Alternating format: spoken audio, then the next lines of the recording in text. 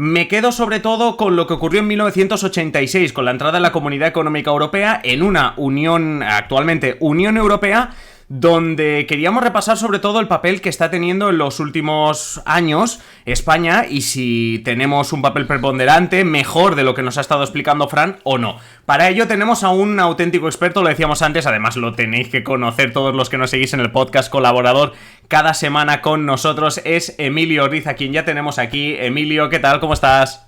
A ver. Vamos a ver si ahora sí. ¡Ah! Ya lo hemos conseguido. Perfecto, Emilio. Justo lo único que estaba haciendo es leyendo un poco tu currículum, ¿eh? Como colaborador nuestro y como... Te estaba presentando bien. Sí, te estábamos presentando como te mereces, Emilio. No espero otra cosa, la verdad.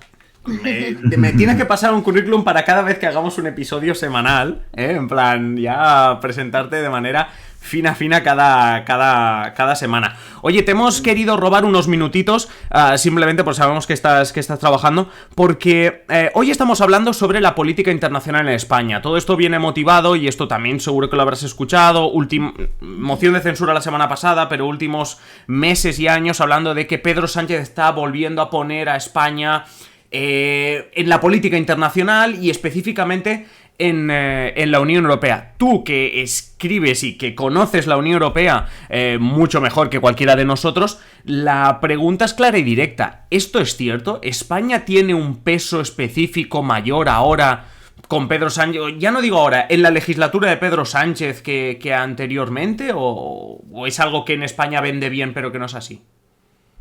Es una mezcla de las dos, pero yo diría que desde 2020, desde la pandemia, esa posición de España en la Unión Europea ha ganado fuerza y es bastante evidente. Lideramos en cierto modo el debate de los fondos de recuperación junto con Italia. De hecho, Sánchez y entonces Giuseppe Conte fueron los primeros en hacer fuerza para que se apostase por la deuda común, aunque luego, como siempre, pues tuvo que hacer falta el ok del eje franco-alemán. Y ahora lo vemos muy claramente, sobre todo en el tema energético, ¿no? Hay una foto de hace algunos días, cuando se anunció la prórroga de la excepción ibérica hasta diciembre de este año, que son todos los ministros de energía o de transición ecológica o de medio ambiente, etcétera, etcétera, escuchando, mirando a Teresa Rivera. Eso es bastante significativo, no es una foto más.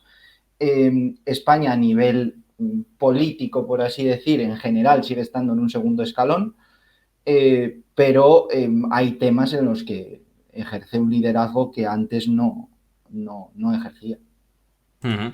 Y esto, o sea, ¿esto qué nos da o qué nos aporta? ¿Qué gana España con este peso diferente? Como tú dices, estamos en un segundo escalón todavía, pero ¿qué nos ha aportado o qué nos va a dar? Hombre, en un sistema intergubernamental donde el poder de decisión está en los Estados miembros, te aporta todo. Es decir, poder ir a los debates sabiendo que tu posición es de fuerza, ya te predispone a que lo que tú quieres pueda salir adelante. Es lo que siempre se ha dicho, ¿no? Siempre hay una máxima, sobre todo, que repiten bastante los euroescépticos, que la Unión Europea, las decisiones que se toman son las que pretende tomar Alemania, ¿no?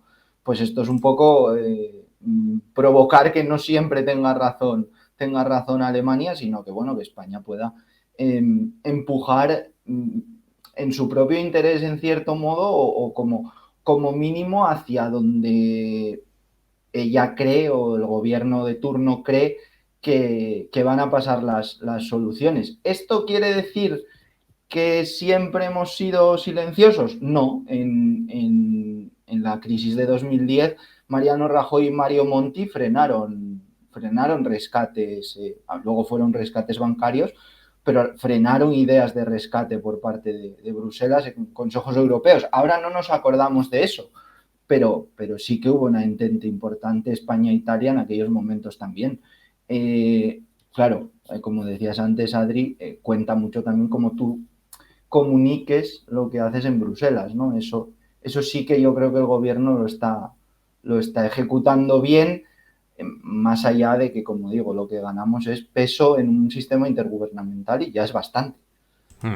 Oye, ahora leemos si queréis comentar algo en el chat y por supuesto a Fran y Alba que seguro que tienen alguna pregunta, pero solo una última pregunta. Yo sé que hay un concepto que es el de Sherpa, ¿no? Que es aquel que está detrás de las cámaras negociando cuando hay cumbres internacionales. Y yo te quería preguntar, ya no solo por España, en general, esto que por ejemplo en España nos estás comentando, o cualquier país que gane presencia internacional, lo que sea, ¿hasta qué punto es culpa o gracias a un Pedro Sánchez de turno? ¿O es más un trabajo del Ministerio de Exteriores, de la gente que está detrás? Es una mezcla también, yo creo. Al final, el liderazgo hay que ejercerlo. Y lo estamos viendo, por ejemplo, yo pongo un poco el ejemplo de Olaf Scholz. Olaf Scholz, si algo no tiene, es carisma. Tendrá otras muchas virtudes.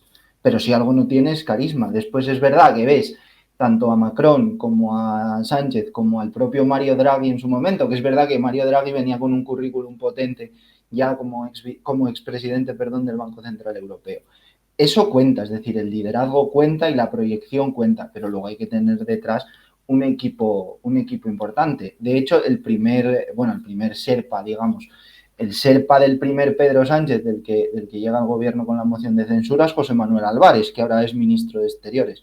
Y ahora el Sherpa principal está siendo Manu de la Rocha porque los temas que priman son económicos, energéticos, son de otro tipo, no son quizá tan políticos, ¿no? Es un poco una mezcla. Si juntamos liderazgo con tener detrás a un equipo que conoce la política europea, pues maravilloso. Y no solo a nivel de presidente, sino a nivel de ministros. Hay que tener en cuenta que al final la ministra de Economía española, Nadia Calviño, es funcionaria de la Unión Europea. Eso ya te da buena imagen de por dónde van los tiros con el gobierno. ¿Qué gente tan mala tenemos en el chat? Que hoy nos falta Noelia y nos dicen en el chat cómo ha cambiado Noé, ¿no? Tenemos aquí a Emilio en pantalla grande y dice cómo nos ha cambiado Noé. Mucho más cuando viene Noé, seguro, pero hoy es lo que hay. Hoy es lo que hay, me gusta. Ese es el titular de la entrevista. No sé, por ejemplo, Alba, si te molaría preguntarle algo. Sí. Sí, bueno, hola Emilio, ¿qué tal? Hola, ¿Cuánto Alba, tiempo ¿qué sin tal? verte? Mucho tiempo, es verdad. Sí, sí.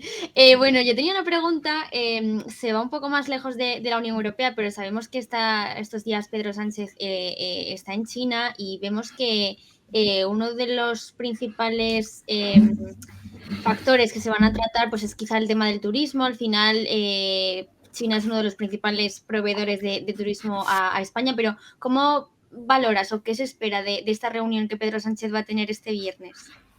Hay un poco dos lecturas por lo que hemos podido ver y por lo que hemos podido escuchar al gobierno. Hay una lectura más bilateral que entra en temas, como tú dices, pues en temas como el turismo, de cooperación empresarial, etcétera, etcétera, que es un poco lo clásico, ¿no? de este tipo de viajes. Y luego hay una vertiente de que nos quedan meses para asumir la presidencia del Consejo de la Unión Europea y estamos en una guerra. Al final, yo creo que hay también una intención de China por atraer en cierto modo a la Unión Europea, a la que Rusia no considera un interlocutor válido, pero en este caso China parece que sí.